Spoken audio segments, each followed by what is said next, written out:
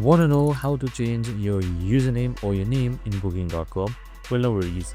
In this video, I'm going to show you an easy step-by-step guide on how you can do it. It's super simple and under a minute, so let's get straight to it.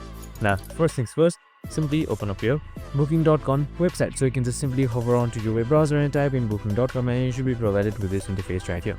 So once you're on this interface, make sure you are logged in. So once you have logged in, on the top right side, you should be seeing your name right here. So you can just simply select it. So once you have created your name, on top you should be seeing my account. Just simply select my account. Right here, your account should load.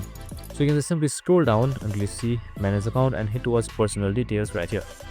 So once you're under personal details, you can see your name. So you can just simply select edit right here.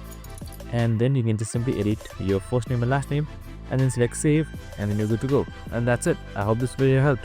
If it did, make sure to like, subscribe and tune in with us for more of these videos. See you in the next one.